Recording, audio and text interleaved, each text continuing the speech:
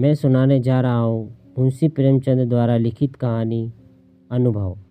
मेरे स्वामी को 1 साल की सज़ा मिली है। उनका अपराध सिर्फ इतना था कि 3 रोज पहले जेठ की तेज़ गर्मी में उन्होंने कई राष्ट्र सेवकों की पानी और शरबत के साथ खरीदारी की थी। मैं उस दौरान कोर्ट में खड़ी थी। ऐसा लग रहा था मानो कमरे से बाहर खड़े शहर की सभी राजनीतिक चेतना किसी बंदी पशु की तरह जोर जोर से चीख रही हो। मेरे स्वामी बेड़ियों से बंधे हुए लाए गए। इस दौरान हर तरफ सन्नाटा पसर गया, लेकिन मेरे मन में क्रोध का आवेश मन फूटकर बाहर आना चाह रहा था। मुझे इतना गुमान कभी नहीं महसूस हुआ था। सामने कुर्सी पर बैठा अंग्रेज जज व उसके बगल में खड़े लाल रंग की पगड़ी बांधे पुलिस अफसर सभी मुझे नीच दिख रहे थे। बस यही मन कर रहा था कि तुरंत दौड़कर अपने स्वामी के पैरों में गिर जाऊं और वहीं प्राण त्याग दूं।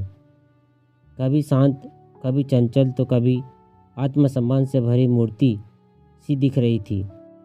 मेरे मुख पर किसी तरह का अफसोस या गलानी नहीं झलक रही थी। किसी की सेवा को अपराध करार देना और उसके 1 साल की जेल की सज़ा सुनाना गजब की न्याय व्यवस्था है। ऐसे में तो मैं 100 बार ये गुनाह करने को तैयार हूँ। मेरे स्वामी जाने लगे और जाते वक्त मेरी ओर देखकर मुस्कुराए और फिर आगे बढ़ गए। कोर्ट से बाहर आकर मैंने 5 रुपए की मिठाई खरीदी और कुछ राष्ट्रीय सेवकों को आमंत्रित कर मिठाई खिलाया। उसी दिन शाम होते ही मैं पहली बार कांग्रेस के जलसे में शामिल होने से खुद को रोक न सकी।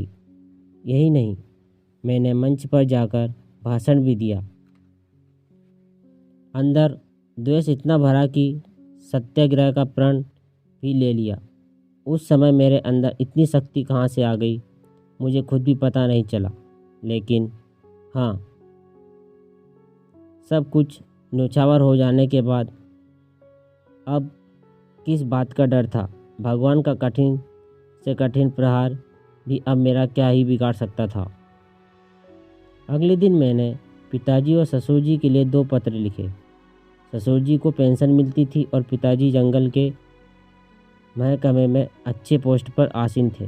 परंतु अफसोस कि सारा दिन बीत जाने के बावजूद कोई जवाब नहीं आया। उसके अगले दिन भी किसी का खत नहीं आया, लेकिन तीसरे रोज़ दोनों लोगों का जवाब आया। ससुर जी ने पत्र में लिखा था, मुझे लगा था कि वृद्धावस्था में तुम दोनों मेरा सहारा बनोगे, लेकिन अब कोई फ़ायदा नहीं। तुम दोनों ने मेरी आस पर पानी फेर दिया। मुझे सरकार से पेंशन मिलती है, लेकिन तुम्हें अपने यहाँ रखकर मैं इस पेंशन को नहीं खोना चाहता। पिताजी के पत्र में भी कुछ ऐसा ही कठोर जवाब सुनने को मिला। पिताजी को इसी वर्ष ग्रेड मिलने वाला था, परंतु अगर वो मुझे अपने पास बुलाते तो उन्हें ग्रेड से हाथ धोना पड़ता। ऐसे में वो मेरी मौखिक रूप से मदद करने के लिए तैयार थे। मेरा मन दुखी हुआ और मैंने इन दोनों खत को जला दिया व उसके बाद उन्हें और कोई खत नहीं लिखा। इसे ही कहते हैं स्वार्थ, जिसका प्रभाव इतना प्रबल होता है कि वक्त पर अपनी संतान भी नहीं नजर आती। ससुर और पिता दोनों ने मुंह फेर लिया, लेकिन अभी मेरी आयु ही क्या है, अभी तो मुझे दुनिया देखनी है।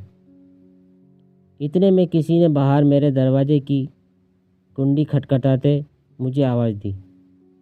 मैं सहम गई, मेरे रोंगटे खड़े हो गए। मैं दरवाजे पर कान लगाकर सुनने की कोशिश कर रही थी कि कहीं वो बदमाश तो नहीं। फिर मैंने कठोर आवाज़ में कहा, कौन है, क्या काम है? बाबू, ज्ञानचंद की आवाज़ सुनकर मैं थोड़ी शांत हुई। ये मेरे स्वामी के सबसे अच्छे मित्र हैं। उनके साथ एक महिला भी आई थी, वह उनकी पत्नी थी। पहली बार वो मेरे घर आई। मैंने उन्हें आदर भाव से प्रणाम कर अंदर बुलाया। ये दोनों ऊपर आकर बैठे और बेहद ही दरिया दिल से मुझे सांत्वना देने लगे। उनकी पत्नी के विचार देखकर मुझे समझ आ गया कि वो एक सशक्त महिला है। उनके चेहरे से ही उनकी प्रतिभा झलक रही थी। दोहरी कट खाती के साथ चेहरे पर रोब व जेवरों से लदी किसी महारानी से कम नहीं लग रही थी। खास बात तो ये थी कि बाहर से जो जितनी ही कठोर दिख रही थी, अंदर से उतनी ही करुणा से भरी हुई थी। उनसे बातचीत शुरू हुई। ज्ञान जी की पत्नी, क्या घर पर किसी को खत लिखा? मैंने कहा, हाँ। ज्ञान जी की पत्नी, कोई घर से लेने आ रहा है? मैंने कहा, नहीं पिताजी। वो ससुर जी में से कोई मुझे अपने साथ रखने को तैयार नहीं। ज्ञान जी की पत्नी, तो फिर आगे क्या करने का सोचा है? मैंने कहा, फिलहाल के लिए तो यहीं पर हूँ। ज्ञान जी की पत्नी, हम लोगों के साथ हमारे घर क्यों नहीं चल रही हो? अकेले मैं तुम्हें यहाँ नहीं रहने दूंगी। इस दौरान खुफिया के दूत घर के बाहर डटे हुए हैं। मुझे आशंका हो गई थी कि खुफिया के दूत ही होंगे। ज्ञान जी ने अपनी पत्नी की ओर देखा और पूछा, मैं तांगा ले आऊँ? ज्ञान जी की पत्नी ने इशारे में ही आज्ञा दे दी। ज्ञान जी तुरंत द्वार की तरफ चले। तभी ज्ञान जी की पत्नी ने बोला, रुको, कितने तांगे लेकर आओगे? ज्ञान जी घबरा कर बोले, कितने? ज्ञान जी की पत्नी, हाँ कितने? एक तांगे पर सिर्फ 3 लोग ही बैठ सकते हैं। बाकी के सामान बिस्तर बर्तन आदि कैसे जाएंगे? ज्ञान जी, फिर 2 ले आऊँ? ज्ञान जी बोले। ज्ञान जी की पत्नी, एक तांगे पर कितना सामान जाएगा? ज्ञान जी, फिर ठीक है, 3 ले आता हूँ। ज्ञान जी की पत्नी, हाँ तो जाओ भी, अब इतनी देर क्यों कर रहे हो? जब तक मैं कुछ कहती तब तक ज्ञान जी निकल गए। मैंने संकोचते हुए उनकी पत्नी से कहा, मेरे आने से आपको तकलीफ होगी। कठोर वाणी में ज्ञान जी की पत्नी ने बोला, हाँ तकलीफ तो होगी। तुम किलो भर आटा खाओगी, घर का एक जगह भी घेर लोगी, ये सब क्या कम कष्ट है? इतना सुनकर मैंने कहा, क्या बहन आप भी? उनकी पत्नी ने मेरा कंधे पर हाथ रख के बोला, जब तुम्हारे स्वामी वापस आ जाएं तो मुझे अपने घर में रख लेना, हिसाब बराबर हो जाएगा। अब ठीक है ना? तो चलो सारा सामान बांध लो। ये सब देखकर बिल्कुल सपने जैसा लग रहा था। इतनी उदार स्त्री मैंने आज तक नहीं देखी थी। मुझे उनमें बड़ी बहन दिख रही थी।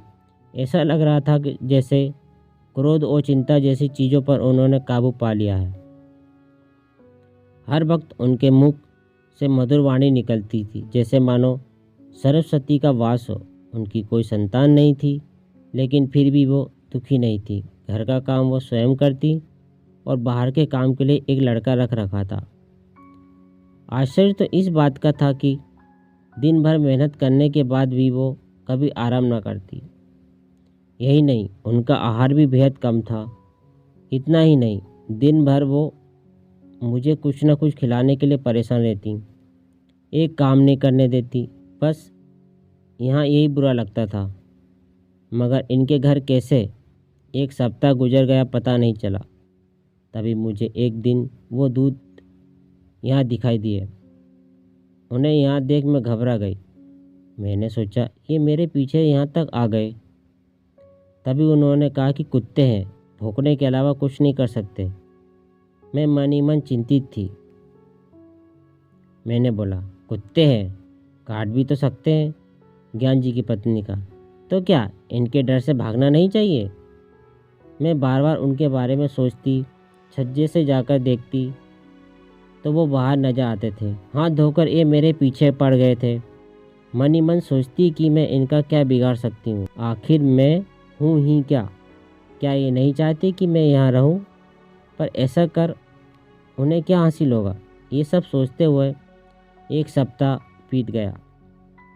उन दोनों दूध ने अपना डेरा वहीं जमा लिया था। मैं और ज़्यादा बेचैन थी, किसी से कुछ कह भी नहीं सकती थी। एक रोज़ संध्या के वक्त ज्ञान जी घर आए। घबराए हुए नज़र आ रहे थे। मैं बरामदे में सब्जी काट रही थी।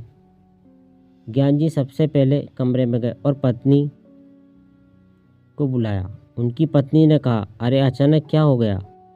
पहले हाथ मुंह धो लो, कपड़े बदल लो, कुछ खाओ, तब आराम से बैठकर बात करते हैं। उन्होंने पत्नी से बात करने के लिए दोबारा आग्रह करते हुए कहा, तुम क्यों नहीं समझ रही, मेरी जान पर बन आई है। फिर भी ज्ञान जी की पत्नी ने वही बैठे हुए कहा कि बात क्या है, बताते क्यों नहीं। ज्ञान जी ने कहा, पहले इधर आओ। इतने में खुद वहाँ से दूर जाने लगी। तभी ज्ञान जी की पत्नी ने मुझे हाथ पकड़ कर रोक लिया। मैं कोशिश करके भी उनसे हाथ नहीं छुड़ा पाई। ज्ञान जी मेरे सामने वो बात नहीं करना चाहते थे, लेकिन उनसे इंतज़ार भी नहीं हो रहा था। उन्होंने तुरंत कहा, आज मेरे व प्रधानाचार्य के बीच झगड़ा हो गया। पत्नी ने बड़ी बनावटी शब्दों में कहा, क्या सच में? तब तो तुमने उन्हें खूब पीटा होगा। ज्ञान जी, तुम्हें मजाक सूझ रहा है? यह मेरी नौकरी आफत में है। पत्नी, जब इतना ही डर था तो झगड़े क्यों? ज्ञान जी, मैं नहीं झगड़ा, उसने मुझे बुलाकर खूब सुनाया। पत्नी, बिना मतलब के? ज्ञान जी, आप क्या बताऊं? पत्नी, मैंने कई बार बोला है कि ये मेरी बहन है, तुम इसके सामने सब कुछ बोल सकते हो। ज्ञान जी, अच्छा, पर जब बात इनके बारे में हो तो? पत्नी ने कहा, मैं समझ गई, खुफियों से तुम्हारी अनबन हुई होगी और पुलिस ने तुम्हारे स्कूल में शिकायत कर दी होगी। ज्ञान जी सोचते हुए, नहीं, ऐसा नहीं है, लेकिन पुलिस ने हाकिम जिला के यहाँ शिकायत की और प्रधानाचार्य ने मुझसे जवाब मांगा है। पत्नी ने कहा, प्रधानाचार्य ने कहा होगा कि उस महिला को अपने घर से बाहर करो। ज्ञान जी, हाँ, कुछ ऐसा ही समझ लो। पत्नी, फिर तुमने क्या कहा? ज्ञान जी, फिलहाल मैंने कुछ नहीं कहा, वहाँ कुछ समझ ही नहीं आ रहा था। पत्नी ने गुस्से से कहा, जब तुम इसका जवाब जानते हो फिर सोचना कैसा? ज्ञान जी सहम कर बोले, मैं ऐसे अचानक कैसे बोल देता? पत्नी गुस्से बोली, जाओ अभी जाकर अपने प्रधानाचार्य से कहो कि मैं उसे नहीं निकाल सकता, और अगर ना माने तो नौकरी से इस्तीफा देकर घर आना, अभी तुरंत जाओ। मैं अपने आंसू नहीं रोक पाई। रोते हुए मैंने कहा, बहन ये सब क्यों? ज्ञान जी की पत्नी ने मुझसे डांटा और कहा, तुम बिल्कुल चुप रहो, नहीं तो कान पकड़ लूँगी। तुम क्यों बीच में बोलती हो? हम जब भी रहेंगे तो एक साथ ही रहेंगे, अगर जिएंगे तो साथ, मरेंगे तो भी साथ। पति को सुनते हुए कहा, इनकी आधी उम्र बीत गई लेकिन उन्होंने कुछ नहीं सीखा। अब खड़े क्यों हो? तुम बोलने में डर लग रहा हो तो मैं जाकर कह दूं? ज्ञान जी ने गुस्सा होकर बोला, कल जाकर बोल दूंगा। इस समय पता नहीं वो होगा भी या नहीं। इधर पूरी रात में नहीं सो पाई। पिता और ससुर जी जिसे दोनों ने ठुकरा दिया हो, उस दासी को इन्होंने इतनी इज्जत। ज्ञान जी की पत्नी सच में किसी देवी से कम नहीं है। अगले दिन ज्ञान जी निकल रहे तभी पत्नी ने कहा, जवाब देकर आना। ज्ञान जी के जाने के बाद मैंने कहा, बहन तुम ये सही नहीं कर रही हो। मुझे ये बर्दाश्त नहीं हो रहा है कि मेरी वजह से तुम्हारे परिवार पर परेशानी आए। ज्ञान जी की पत्नी से हंसते हुए कहा, हो गया या और कुछ बोलना है? ज्ञान जी की पत्नी ने पूछा कि अच्छा ये बता कि तुम्हारे स्वामी आज जेल की सज़ा क्यों काट रहे हैं? बस इसलिए क्योंकि वो राष्ट्रीय सेवकों की सेवा कर रहे थे। आखिर राष्ट्र की सेवा करने वाले वो लोग कौन हैं? ये हमारे लिए क्यों संघर्ष कर रहे हैं? इनका भी तो परिवार होगा, कारोबार होगा, पर ये सब त्याग कर वो हमारे लिए लड़ रहे हैं। ऐसे लोगों की सेवा कर जेल जाने वाले तुम्हारे पति भी किसी वीर से कम नहीं। ऐसे वीर की पत्नी के दर्शन मात्र से ही आत्मा तृप्त हो जाएगी। फिर मैं नहीं, तुम मुझ पर एहसान कर रही हो। मैं चुपचाप उनकी बात सुनती रही और कुछ नहीं बोल पाई। संध्या हो गई। ज्ञान जी घर आए तो उनके चेहरे पर अलग सी चमक नजर आ रही थी। पत्नी ने पूछा, क्या हुआ? हार कर आया जीत कर? ज्ञान जी ने स्वाभिमान के साथ कहा, जीत कर। जब मैंने नौकरी से इस्तीफा दिया तो उसका दिमाग चकरा गया। तभी उसने हाकिम जिला के पास जाकर बात की। वापस आकर उसने बोला, आप राजनीतिक जलसों में क्यों नहीं शरीक होते? मैंने बोला, ना भाई, मैं कभी ना जाऊं। उसने पूछा, क्या आप कांग्रेस के सदस्य हैं? मैंने बोला, नहीं, और ना ही किसी सदस्य से मेरा कोई संबंध है। उसने पूछा, क्या कांग्रेस के फंड में आप दान करते हैं? मैंने बोला, ना भाई, फूटी कौड़ी भी नहीं करूं? उसने कहा, तो ठीक है, मैंने आपका इस्तीफा अस्वीकार कर दिया। पत्नी ने ये सुनते ही ज्ञान जी को गले से लगा लिया। कहानी से हमें यह सीख मिलती है कि स्वाभिमान और त्याग की भावना से किया हर काम किसी के दिल में आपके लिए आत्मसम्मान बढ़ा सकता है। साथ ही बुरा वक्त अपनों और परायों की सही पहचान भी करा देता है। कहानी अच्छी लगी हो तो वीडियो को लाइक करें, चैनल को सब्सक्राइब करें, कमेंट्स में ज़रूर बताएं और इंटरेस्टिंग कहानी को सुनते रहे बेल आइकन को भी दबा दें।